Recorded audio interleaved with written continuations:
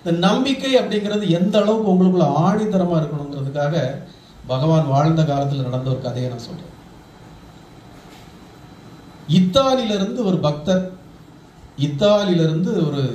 பக்தர் வந்து இத்தாலியில உள்ள பக்தர்னு சொல்ல முடியாது, இத்தாலிக்காரர் ஒருத்தர். அவருக்கு டாக்டர் அவருக்கு பல்வேறு உடல் பிரச்சனைகள். அப்போ மருத்துவர்கள் எல்லாம் அவரை பயங்கரமா பரிசோதனைகள்லாம் பண்ணி எல்லா ரிப்போர்ட் எடுத்துட்டு, உங்களால் இனி நடக்கவோ ஒன்றும் முடியாது, உங்களுக்கு இனி வாழ்க்கை போதா ஒரு வீல் சேர்ல தான் நீங்க இனி இருந்தாகணும்,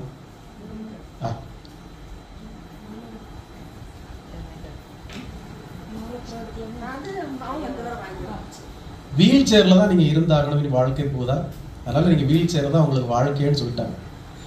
இந்த இஸ்ரேல்காரருக்கு மனசே தாங்கள், இவ்வளவு நாள் நம்ம ஆடி ஓடி சாடி நம்ம வந்து ஜாலியா இருந்தோமே, இப்ப நம்மள வாழ்க்கை போதா வீல் சேர்ல தான் இருக்கணும்னு டாக்டர்ஸ் சொல்லிட்டாங்களே. அவர் நிறைய டாக்டர்ஸ்ட போய் பார்த்தாரு. எல்லாருமே சார் இதுதான் உங்க கண்டிஷன், நீங்க வீல் சேர்ல தான் இருந்தாகணும், வேற வழியே இல்லைன்னு சொல்லிட்டாங்க. அப்ப இந்த பக்தருக்கு யாரோ சொல்றாங்க, இந்த மாதிரி இந்தியான்னு ஒரு தேசத்துல பல யோகிகள் ஞானிகள்லாம் இருக்கிறாங்க, அவங்க இந்த மாதிரி பிரச்சனைகள் எல்லாம் சரி பண்றதா படிக்கிறோம், கேள்விப்படுறோம். இஃப் யூ ஆர் இன்ட்ரெஸ்டட்னா யூ கோ தேர். அவர் கூட 2 நண்பர்களை கூட்டிட்டு அவர் வீல் சேர்ல ஃப்ளைட்டை பிடிச்சி திருவண்ணாமலைக்கு வந்துட்டார். திருவண்ணாமலைக்கு வந்து பகவான் யோகிராம் சுரத்குமார் கேள்விப்பட்டு யோகிராம் சுரத்குமார்கிட்ட வராரு. ஒரு ப்ரேயர் பண்ணாரு, பகவான் அக்செப்ட் பண்ணிட்டு, சரி வந்திருக்கேன், எவ்வளவு நாள் திருவண்ணாமலையில இருக்க போற அப்படின்னு கேட்டார். நான் ஒரு 20 நாள் இருப்பேன் சுவாமி அப்படின்னாரு. ஓகே, இந்த 20 நாளும் டெய்லி என்னை வந்து பாரு அப்படின்னு பகவான் யோகிராம் சுரத்குமார் சொல்லிட்டார்.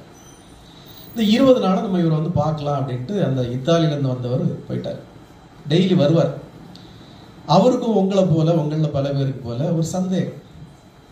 இவர் ஏதோ வந்தோம் இத்தாலியிலேருந்து மெனக்கட்டி இவ்வளோ காசு செலவு பண்ணி வந்திருக்கோம், டெய்லி வர சொல்றாரு, சரி நம்ம இந்த 20 நாள் இங்கே இருக்கிறதுக்கு இவ்வளோ ரூபா நமக்கெல்லாம் செலவாகும், 20 நாள் இவர்கிட்ட வந்தா நமக்கு ஏதாவது ரெமடி கிடைக்குமா, நமக்கு உடல் பிரச்சனைகள் தீருமா, இல்லை இது தீர்ந்ததுக்கு ஏதாவது ஆதாரங்கள் இருக்கா அப்படிங்கன்னா அவருக்கு ஒரு பெரிய சந்தேகம். அப்போ அவரு அங்க யோகிராம் சுரத்குமார் அந்த சண்டை தெரு வீட்டுக்கு வரக்கூடிய பக்தர்கள்ட்ட அப்படி மெதுவா பேச்சு கொடுப்பாரு.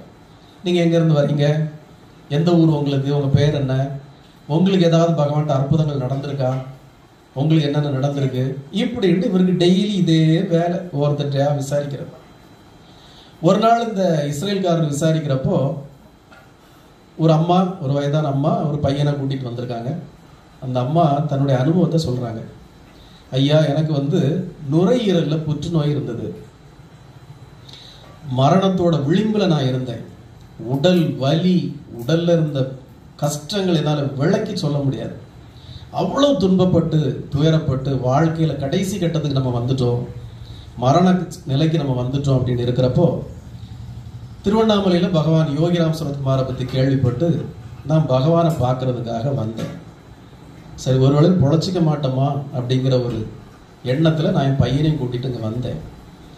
வந்தப்போ எனக்கு பகவானை பத்தி ரொம்ப தெரியாது. நான் பகவான்கிட்ட வந்து முன்னாடி போக சொன்னாங்க, முன்னாடி போய் உட்கார்ந்தேன். அவர் என்கிட்ட எல்லார்ட்டையும் கேட்கறது போல வாட் இஸ் யுவர் ப்ராப்ளம், என்னமா ப்ராப்ளம்னு கேட்டாரு. நான் சொல்ல அவர் என் முகத்தையே எட்டி பார்க்கல. ஒரு தடவை பார்த்தாரு, பார்த்துட்டு என்னமா பிரச்சனை சொல்லு அப்படின்னாரு. அப்புறம் என் முகத்தை கூட அவர் எட்டி பார்க்கல. பக்கத்துல ஏதோ ஒரு கயறு கிடந்து அந்த கயர் எடுத்து சொட்டை போட்டுட்டே இருந்தார், சொட்டை நாட்டா போட்டுட்டே இருந்தார். எனக்கு மனசு கஷ்டமா இருந்தது. என்னன்னா நம்ம இவ்வளவு பெரிய பிரச்சனையை சொல்லிட்டு இருக்கிறோம், உயிர் போற பிரச்சனையை சொல்லிட்டு இருக்கிறோம், அவர் நம்மளை கண்டுக்கவே இல்லையே, அவரு தான் கயர் எடுத்து விளையாடிட்டு இருக்கிறாரு, நாட் போட்டுட்டு இருக்கிறாரு, சொட்டை போட்டுட்டு இருக்கிறாரு அப்படின்னு நான் நினைச்சேன். நிறைய சொட்டை போட்டுட்டு திடீர்னு ஒரு கத்திரி கொண்டு வாங்க அப்படின்னாரு. அந்த கத்திரியை வாங்கி அந்த கயரை துண்டா ஒவ்வொரு நாட்டா வெட்டி போட்டுட்டு சரிம்மா போயெல்லாம் சரியாயிரும் அப்படின்ட்டாரு. எனக்கு ஒன்றும் சொல்ல முடியல. என்னங்க நம்ம இவ்வளோ பெரிய பிரச்சனையை சொல்லிட்டு இருக்கிறோம், அவர் பாட்டு நம்ம முகத்தை கூட எட்டி பார்க்கல. இந்த கயரை ஏதோ சொட்டை போட்டுட்டே இருந்தாரு. திடீர்னு அந்த கயரெல்லாம் துண்டா வெட்டி போட்டு சரிம்மா போயெல்லாம் சரியாயிருன்னு சொல்லிட்டாரு. எப்படி அப்படின்னு நான் கவலையோட வீட்டுக்கு வந்துட்டேன். ஒரு வாரம் 10 நாள் கழிச்சு ரீசெக்கப் போனேன். அப்போ திருப்பி ஸ்கேன் பண்ணி பார்த்தப்போ நீங்கள் நம்பவே மாட்டீங்க, டாக்டர்ஸ் சொன்னது உங்களுக்கு இந்த கேன்சர் வந்ததுக்கான சிம்டம் கூட உள்ள இல்லை அப்படின்னு சொல்லிட்டாங்க. நான் சொல்றது பகவான் யோகிராம் சுரத்குமார் நம்மளோட வாழ்ந்தவர். 2001 தான் பகவான் இந்த பூத உடலை திறந்தார். இந்த சாட்சிகள்லாம் இன்னும் இருக்காங்க. இஸ்ரேல்லையும் அவர் இருக்காரு, இங்க இந்த அம்மாவும் இருக்கிறாங்க. நான் ஏற்கனவே பல கதைகள் சொல்லியிருக்கேன். இதெல்லாம் புனையப்பட்ட கதைகள் இல்லை, சாட்சியங்கள் இருக்காங்க. இதை கேட்டோட இஸ்ரேல்காரர் அப்படி மிரண்டு போயிட்டார். இஸ் இட் ரியலி எஸ், அவங்க ஆச்சரியம் தாங்க முடியல. அடுத்தது ஒரு அமெரிக்காக்காரரை பத்தி கேள்விப்படுறாரு. அமெரிக்கால இருந்து ஒரு பக்தர் வந்திருக்காரு. அவர் இடுப்புக்கு கீழே எதுவுமே செயல்படல. இடுப்புக்கு கீழே எதுவுமே செயல்படல. அவர் வந்து இருந்துட்டு பகவானை பார்த்து, எனக்கு இடுப்புக்கு கீழே எதுவுமே செயல்படலை சுவாமி, நான் எப்படி வாழ போறேன், எப்படி நான் இருக்க போறேன்னு நான் கேட்டப்போ, பகவான் டோன்ட் வரி அப்படின்னு அந்த இடுப்பு பக்கத்து ஒரு தடவை கொடுத்துருக்காரு. அவர் ஃபுல்லா அந்த பர்ஃபெக்டா இடுப்பு கீழே அப்படியே காலெல்லாம் வேலை செய்ய ஆரம்பிச்சு பர்ஃபெக்ட்லி ஆல்ரைட் ஆயிட்டார். இன்னொரு பக்தர் ஒரு மிகப்பெரிய தொழிலதிபர், ரொம்ப வசதி வாய்ப்புகள் உள்ளவர், திருமணமான ஒரு நல்ல கணவர். அவருக்கு விதிவசத்தால ஒரு இல்லீகல் கான்டாக்ட், இன்னொரு பெண்ணோட தொடர்பு வருது. இந்த தொடர்பால நிறைய காசு பணம் இதெல்லாம் அவர் செலவு பண்ணிட்டு இருக்காரு. அந்த பக்கத்துக்கு மனைவியை விட்டுட்டு அந்த அம்மாவுக்கு நிறைய காசுகளை எடுத்து விட்டு விளாசிட்டு இருக்காரு. இதனால தொழில் நாளடைவில் நசிஞ்சு பணப்புழக்கெல்லாம் குறைஞ்சி கஷ்டத்தோட விளிம்புல, தரித்திரியம் பிடிச்சி ரொம்ப கஷ்டத்தோட விளிம்புல வந்துட்டார். கஷ்டத்தோட விளிம்புல வந்தது மட்டும் இல்ல, இவரோட தொழிலில் உள்ள தொடர்பில் உள்ளவங்கலாம் இவர் மேல வழக்குகள்லாம் போட ஆரம்பிச்சிட்டாங்க. அந்த அளவுக்கு இவர் கீழ்நிலைக்கு வந்துட்டார். சரி, இவ்வளவு கீழ்நிலைக்கு வந்தாரு. அப்ப இவரு ஆசை வச்ச அந்த ஆசநாயகி எப்படி இருந்தாங்கன்னா, அவங்க இன்னொரு பணக்காரனை பார்த்து போயிட்டாங்க. இன்னொரு பணக்காரனை பார்த்து போயிட்டாங்க. அப்ப இவருக்கு ஆசை நாயகியும் போயிட்டாங்க, பணமும் போச்சுது, சமுதாயத்தில் இருந்த பேரும் போச்சுது. இந்த உலகத்துல ஒரு ஆம்பளைக்கு ரெண்டு விதத்துல தான் எல்லாம் போகும். ஒன்று மண்ணாசையில போகும், இன்னொன்று பொன்னாசையில போகும். இந்த மண்ணாசையும் விட்டு பொன்னாசையும் விட்டாச்சுன்னா ஒரு மனுஷன் சந்தோஷமா இருக்கலாம். இப்போ எனக்குலாம் எந்த ப்ராப்பர்ட்டி வாங்கணும்னு ஆசையே கிடையாது. நிறைய வந்து கேட்பாங்க, அது வாங்குறீங்களா இது வாங்குறீங்களா. ஒன்றும் வேண்டாம்ப்பா, எனக்கு நீ உள்ளது ஒரு 6 அடி மண்ணு தான், அது கூட வேண்டாம் சுட்டுருங்கன்னு நான் சொல்லிட்டேன். அதை கூட கொண்டு ஆற்றுலையோ குளத்துலையோ கரைச்சிருங்கன்ட்டேன்.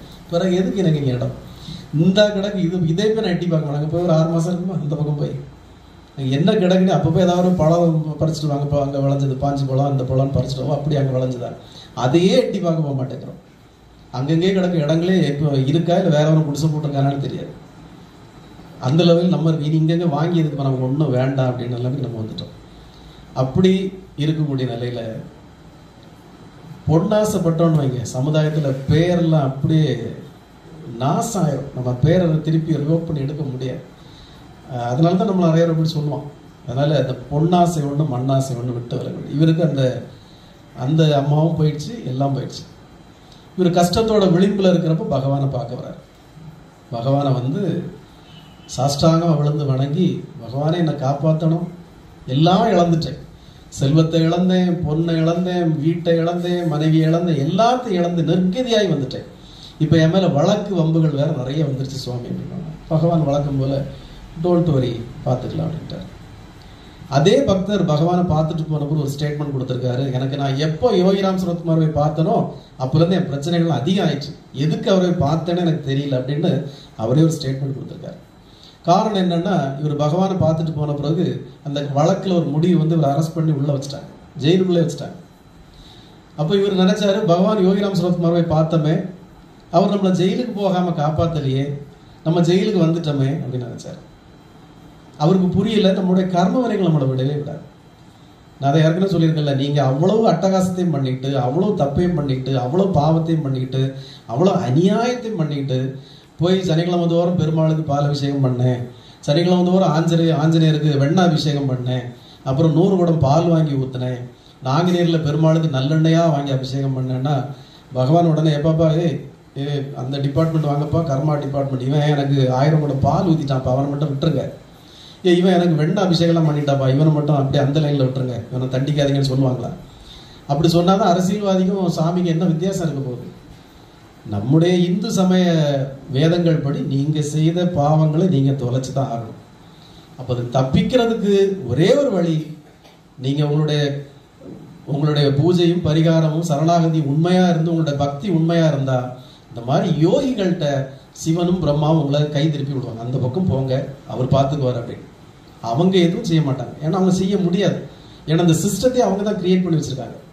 நீ எதை இன்புட் கொடுக்குறியோ அதுதான் அவுட்புட் வரோங்கிற சிஸ்டத்தை கிரியேட் பண்ணதே சிவன், பெருமாள், பிரம்மா தான் கிரியேட் பண்ணி வச்சிருக்காங்க. ஸோ அவங்க அந்த சிஸ்டத்துல இருந்து மாறி போக மாட்டாங்க. அப்போ உங்களுடைய பக்தி உண்மையா இருக்கிற பட்சத்துல, நீங்க விடாம கடவுளை பிடிக்கிற பட்சத்துல உங்களை கைகாட்டி விடுறது இந்த மாதிரி யோகிகள்கிட்ட கைகாட்டி விடுவாங்க. யோகிகளோட வேலை உங்களுடைய கர்மவினைகள் எல்லாம் அவங்க ஏத்துக்கிட்டு உங்களுடைய கர்மவினைகளை போக்கி உங்களுக்கு நல்வாழ்வு தருது. அதுக்காக தான் நம்ம யோகிகள்கிட்ட வந்திருக்கோம். இது நீங்க முற்பிறவியில செய்த புண்ணியம், சிவனையோ பெருமாளையோ விநாயகரையோ முருகனையோ வழிபட்டதுடைய புண்ணியம். இன்னைக்கு யோகிராம் சரத்குமார் நீங்க வந்திருக்கீங்க, இதான் உண்மை.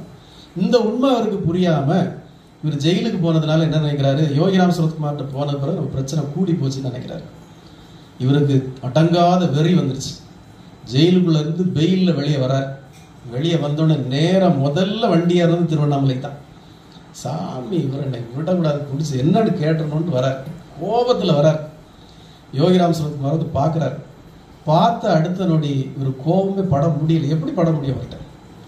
பகவான் ஏகமா நிறைந்து அங்க உட்கார்ந்துருக்காரு. போனாரு, அந்த கோபம் ஒன்றும் அவருக்கு உள்ளே இல்லை, அப்படி போயிடுச்சு. இருந்தாலும் சாமி கிட்ட போய், என்ன பகவானே இது, அவங்ககிட்ட வந்து சரணாகதி அடைந்து எனக்கு ஆனாலும் இவ்வளோ அவமானங்கள் போயிட்டேன்.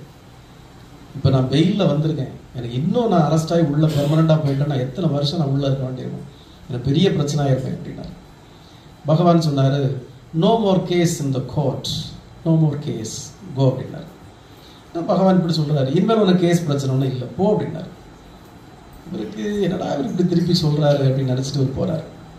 அடுத்த ஒரு 4-5 நாள்ல இவருக்கு கோர்ட்ல தீர்ப்பு வருது. கோர்ட்ல இருந்து ஒரு விடுதலை பண்ணிட்டாங்க. ஸோ பகவானுடைய கருணை இந்த மாதிரி தான் இருக்கும். இதையும் இவர் கேள்விப்படுறாரு, இந்த இஸ்ரேல்காரர். சரி, அவருக்கு ஒரு 20வது நாள் வருது, ஊருக்கு கிளம்பணும். 19 நாள் பகவானை சுற்றி வந்தாச்சு. பக்தர்கள்லாம் இந்த மாதிரி நிறைய கதைகள்லாம் சொல்லி கேட்குறப்ப சந்தோஷமாக தான் இருக்குது. நமக்கு வீல் சேர் தான் வாழ்க்கையா, இல்லை இந்த வீல் சேர்லேருந்து நமக்கு ஒரு விடுதலை உண்டா, ஊருக்கு வேற கிளம்பி போகணும். சரி, என்ன 19 நாள் போயிட்டு என்ன நடக்க போகுதுன்னு அவருக்கு தெரியல. பகவான்கிட்ட அந்த 20வது நாள் வரார். பகவான் பக்கத்தில் வந்து உட்காரு அப்படின்னாரு. பகவானே, நீங்கள் தரையில் உட்காந்துருக்கீங்க, நான் வீல் சேரில் மேலே இருக்கிறேன், நான் எப்படி பக்கத்தில் வர்றது, வேண்டாம் அப்படின்னாரு. No no no, you come here. நான் தரையில் உட்கார்ந்தாலும் நீ வீல் சேரில் உட்காரலாம், ஒன்றும் பிரச்சனை இல்லை, மேலே உட்காரலாம் அப்படின்னாரு. ஒரு முறை தமிழகத்தில் மிக பிரபலமான 2 மடாதிபதிகள் பகவான் யோகிராம் சரத்குமாரை பார்க்க போனாங்க. சரி, அது சொல்லணுமா வேண்டாமான்னு தெரியல. சரி, இருந்தாலும் பகவான் யோகிராம் சரத்குமாரை பார்க்கறதுக்காக திருவண்ணாமலை போனப்போ பகவான் எப்போவுமே ஒரு மேடை மேலே அமர்ந்திருப்பார். இந்த மேடையில் பின்னால் ஓம்னு வரைஞ்சிருப்போம், அந்த மேடையில் தான் அவர் அமர்ந்திருப்பார். கூடவே தேவகி அம்மாவும் அமர்ந்திருப்பாங்க. அன்னைக்கு இந்த மடாதிபதிகள் வந்ததுனால பகவான் யோகிராம் சரத்குமார் அந்த உயரமாக கட்டப்பட்ட திண்ணையை அவங்க 2 பேரும் கொடுத்துட்டு பகவான் அந்த திண்ணைக்கு கீழே தரையில தாழ்வான இடத்துல அவர் பாட்டு பண்ணிட்டார். அப்போ நாமளா இருந்திருந்தா அந்த இடத்துல அவரை யாருன்னு புரிஞ்சிருந்தா, உணர்ந்திருந்தா, சுவாமி நீங்க மேல இருங்க, 3 பேருமே உட்காரலாம், 3 பேருமே உட்கார்றது இடம் இருக்கும், 3 பேருமே உட்காரலாம், இல்லை நம்ம 2 பேரும் இப்படி உட்காருவோம், இளைய மடாதிபதி வேணா இப்படி சைடில் உட்காந்துப்பாரு சொல்லியிருக்கணும். அவங்க சொல்லலை. பகவான் கீழே போய் உட்காந்துட்டாரு. இவங்க 2 பேரும் மேடையில் அப்படி கம்பீரமாக உட்காந்துருந்தாங்க. பிற்காலத்தில் அந்த மடாதிபதி பட்ட பாடுகள் உலகமே அறியும். பகவான் பேரும் புகழோட தெய்வமாயிட்டார். ஆனால் அந்த மடாதிபதிகள் ரொம்ப கஷ்டப்பட்டு அல்லல் பட்டு பேர் இழந்து புகழ் இழந்து போனாங்க. இதுதான் பகவான். அப்போ இந்த இத்தாலிக்காரரை நீங்க வாங்க இங்க வந்து உட்காருங்கன்னப்ப அவரு இல்ல முடியாது, நான் உயரத்துல உட்கார மாட்டேன், நான் உயரத்துல உட்கார மாட்டேன் சுவாமி, நீங்க கீழே உட்கார்ந்துருக்கீங்க, நான் வீல் சேர்ல மேல உட்கார மாட்டேன்டார் அவர். நோன்னு சொல்லி பகவானே அங்க போய் அந்த வீல் சேரை தள்ளி கொண்டு வந்து ஒரு பக்கத்துல சுவாமி எதுல உட்கார்ந்துருக்காரோ ஒரு பக்கத்துல அந்த வீல் சேரை விட்டு அதுல அவர் உட்கார வச்சிட்டாரு. சரி, பகவான் தானே வீல் சேரை தள்ளிட்டு வந்தாருன்னு அவர் அதில் உட்காந்துட்டார். உட்கார்ந்துருக்காரு, அங்க நாமஜபம் நடந்துட்டு இருக்கு, பகவான் உட்கார்ந்துருக்கார். அப்போ டீ கொண்டு வாங்க அப்படின்னாரு பகவான். டீ கொண்டு வந்தாங்க. இந்த இத்தாலியிலேருந்து வந்திருக்க பக்தருக்கு நீங்களும் டீ குடிங்கன்னு கொடுத்தாரு. அவரு டீ குடிச்சார். இந்த டீயை பகவான் குடிக்கிறப்போ 2 தடவை அந்த கை அப்படியே அவங்க அந்த முட்டில் இப்படி பட்டுது. ஒரு வாட்டி முதல்ல பட்டுது டீ குடிக்கிறப்போ, 2வது வாட்டி இப்படி குடிச்சிட்டு அப்படி பகவான் அப்படி கையை தான் ஆட்டிட்டு போல. அப்போ 2வது வாட்டி அவருடைய முட்டில், கால் முட்டில் அந்த கை பட்டுது. பகவான் டீ குடிச்சு முடிஞ்ச உடனே இங்கிலீஷில் சொன்னார், நீங்கள் இப்போ எழுப்பி நடக்கலாம் அப்படின்னாரு. இத்தாலிக்காரர், என்ன சாமி விளையாடுறீங்களா? நான் படுற பாடு என்ன, எவ்வளோ துன்பம், எலும்பு அசைய கூட என்னால் முடியாது, அவ்வளோ பெயின் இருக்கு எனக்கு, முடியாது அப்படின்னாரு. No no, you walk no, நீங்கள் எழும்புங்க நடங்க அப்படின்னாரு. இல்லை சாமி என்னால் முடியாது, ஐ காண்ட், என்னால் முடியவே முடியாது அப்படின்னாரு. இல்லை நீங்கள் நடக்கலாம் எழும்புங்கன்னாரு. அவர் கேட்கவே இல்லை. சுவாமி இப்படி ரிப்பீட் சொன்னதை கேட்டு பக்தர்கள்லாம் சொல்ல ஆரம்பிச்சிட்டாங்க, நீங்கள் நடங்க, சுவாமி சொல்கிறாங்கல்ல நடங்க அப்படின்னு. ரொம்ப சொன்னதை கேட்டுட்டு அந்த இத்தாலிக்காரருக்கு கண்ணீர் அழுக வருது. இதெல்லாம் இவங்க நம்மளை வச்சு ட்ராமா பண்ணுறாங்களா? நான் எழும்பி கீழே விழுந்தா அடுத்து எனக்கு முகமெல்லாம் அடிபடுமே, எனக்கு முகமெல்லாம் அடிபட்டால் நான் எப்படி ஃப்ளைட்டில் போகிறது, ஃப்ளைட்டில் காயம் இருந்தால் விட மாட்டான், இவங்க எல்லாம் விளையாடுறாங்களா நம்மளை வச்சு அப்படின்னு அவருக்கு அழுகையாக வருது. சுவாமி திரும்பவும் யூ வாக், ஜஸ்ட் வாக் அப்படின்றாரு, நடங்க அப்படின்றாரு. சரி என்னோ வந்தாச்சு, ஏதோ நடக்கட்டும் அப்படின்னு சொல்லி அவர் நம்பிக்கையே இல்லாமல் அந்த வீல் சேர்ல வந்து எழும்பினார். யூ ஓன்ட் பிலீவ், அவருக்கு ஒரு சிங்கிள் வலி கூட அவருக்கு இல்லை. அவர் அழகா நடந்து பொறுமையா நடந்து போனார். அவருக்கு ஆச்சரியம் தாங்கல், ஒரு காரணம் சத்தியம், அவருக்கு தாங்க முடியாத சந்தோஷம், அங்க இருந்த பக்தர்களுக்கும் தாங்க முடியாத சந்தோஷம். இதுதான் பகவானுடைய கருணை, இதுதான் பகவான் மேல் நீங்க வைக்கிற நம்பிக்கை. நம்பிக்கை அது ரொம்ப முக்கியம். நான் அந்த தேங்காவை பத்தி என்ன நம்பிக்கை வச்சிருந்தோனோ இதே நம்பிக்கை நீங்க வைக்கணும். அந்த நம்பிக்கை கண்ணால் காண்பதும் போய் காதால் கேட்பதும் போய்க்கிற மாதிரி. என்ன நடந்தாலும் அதுக்கு பகவான் இருக்கார், பார்த்துக்குவார்.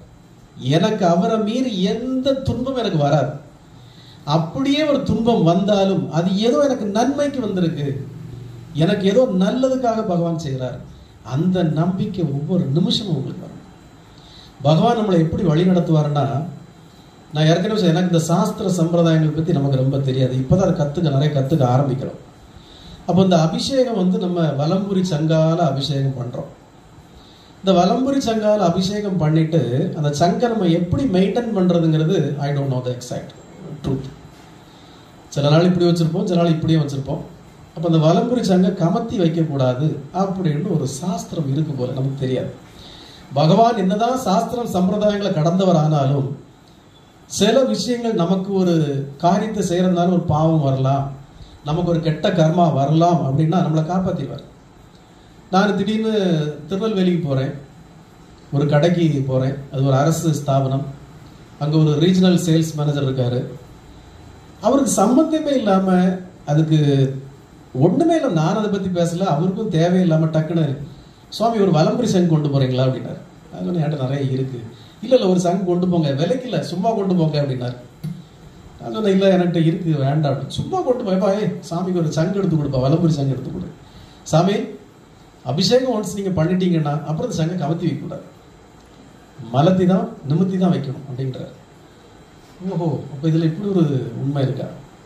அப்போ பகவான் நம்மளை இப்படி தான் வழி நடத்துவார். இப்போ அதை கமத்தி வச்சதுனால நமக்கு இங்கே அபிஷேகம் இங்கே முடங்கி போகல, அதை பகவான் பார்த்துக்கிட்டார். அபிஷேகம் நாளாக நாளாக நாளாக மேலே மேலே தான் போயிட்டு இருக்கு. ஆனாலும் இது நல்லா வந்துகிட்டு இருக்கிறப்ப நம்ம பிள்ளையா தப்பு பண்ணுறான், தேவையில்லையே, தப்பை சரி பண்ணுறார்.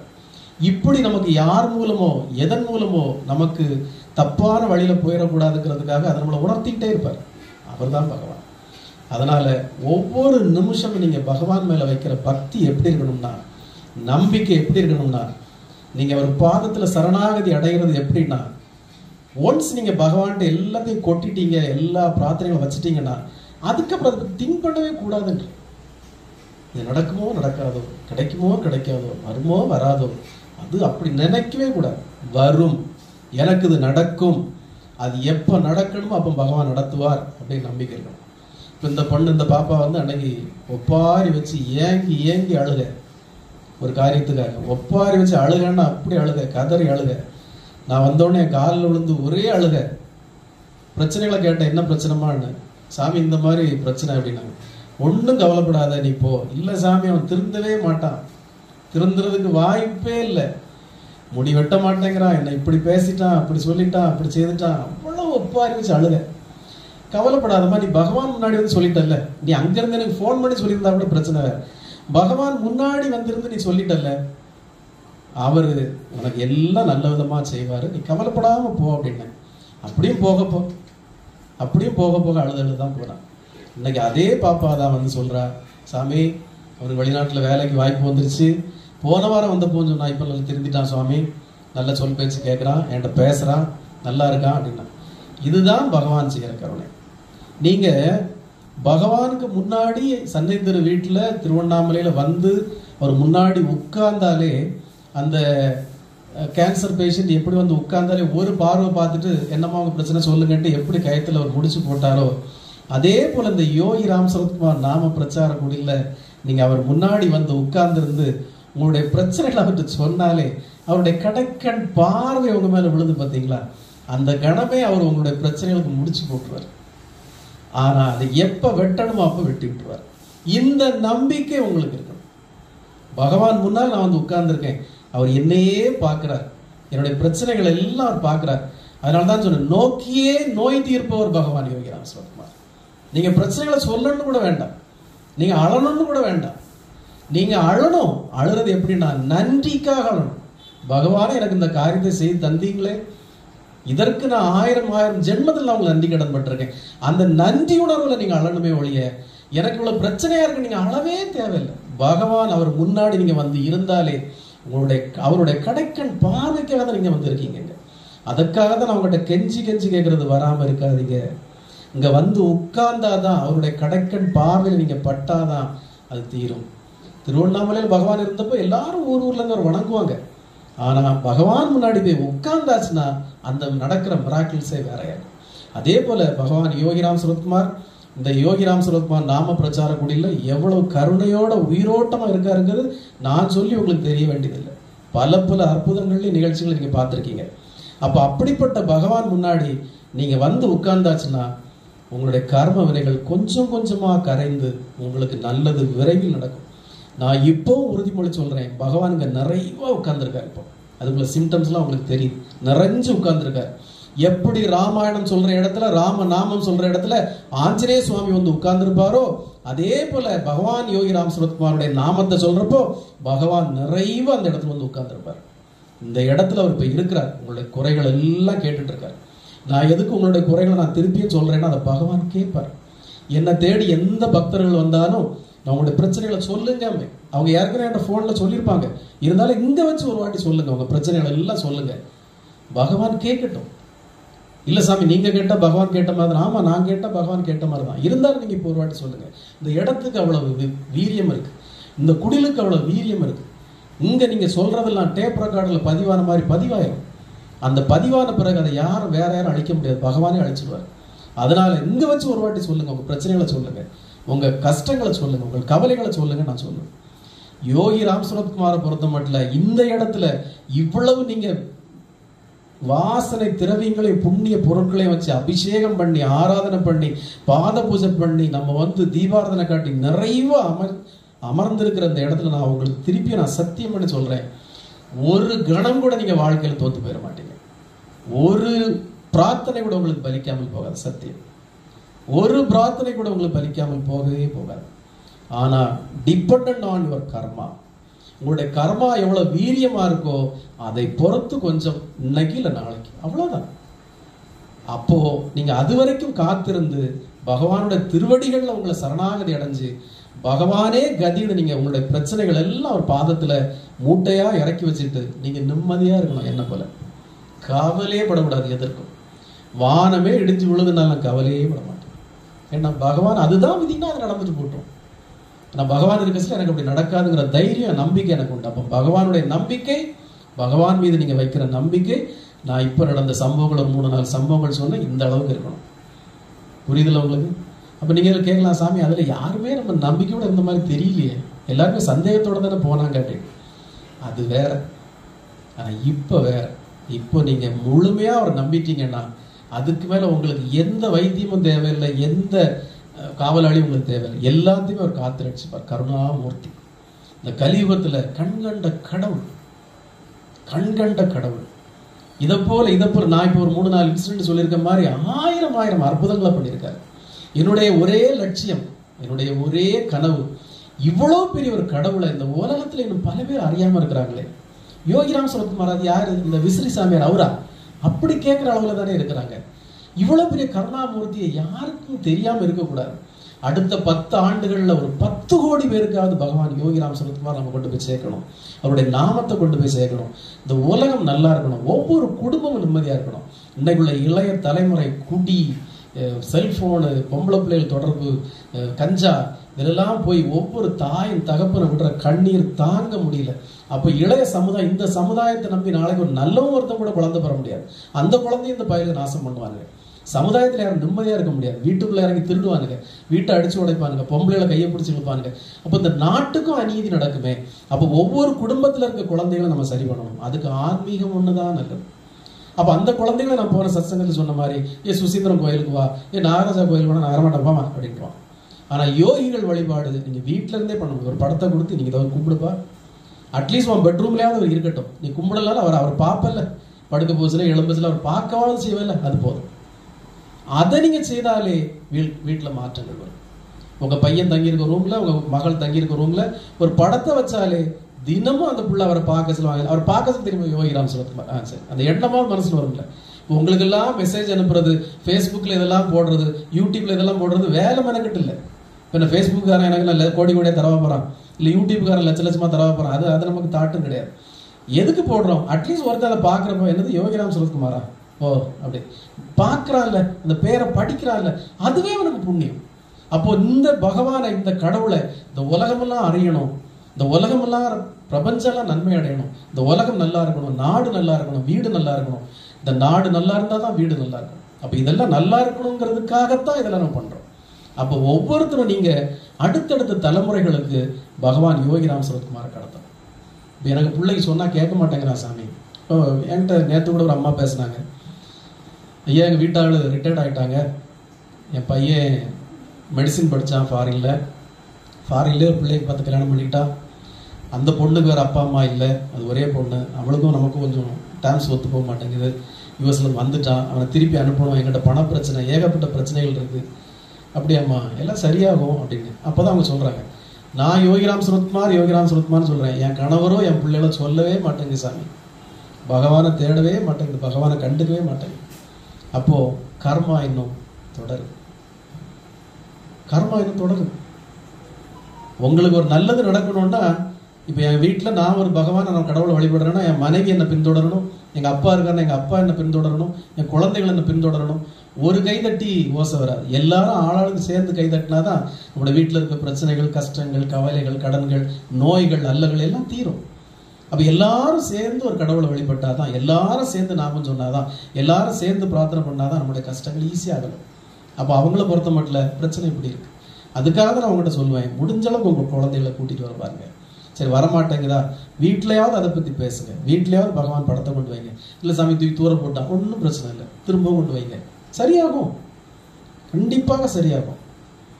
இப்போ ஒரு அம்மா எழுப்பி போனாங்களே, அவங்கெல்லாம் வாழ்க்கையில விரக்தியோட உச்சத்துல இருந்தா, நம்ம வாழ்க்கை இதோட முடிஞ்சது, செல்வ செழிப்புல கோடீஸ்வர வீட்டுல பிறந்தோம், கோடீஸ்வர வீட்டுல வாழ்க்கப்பட்டோம், எல்லாம் போய் எனக்கு 2 பயல்களும் கூட சொல் பேச்சு கேட்காம இவ்வளவு கோடி கூட நஷ்டப்பட்டுட்டோமே, எல்லாம் முடிஞ்சு போச்சுன்னு இருந்த இடத்துல பிள்ளைகளுக்கும் மனநலம் உடல்நலம் சரியில்லாம மருத்துவமனை அலைஞ்சி எல்லா இடமும் போய் தெய்வ நம்பிக்கையே போய் வாழ்க்கையை இழந்து பெரிய விபத்துல சிக்கி அவ்வளவு எலும்பு முறிஞ்சி ட்ரக்கியாஸ்டமி பண்ணி அவ்வளவு சர்ஜரி பண்ணி நிற்கவோ நடக்கவோ முடியாம எல்லாத்தையும் இழந்து இருந்த கண்டிஷன்ல ஒரு ஆள் சொல்லி இந்த யோகிராம் சரத்குமார் நாம பிரச்சார குடியில் வந்தாங்க.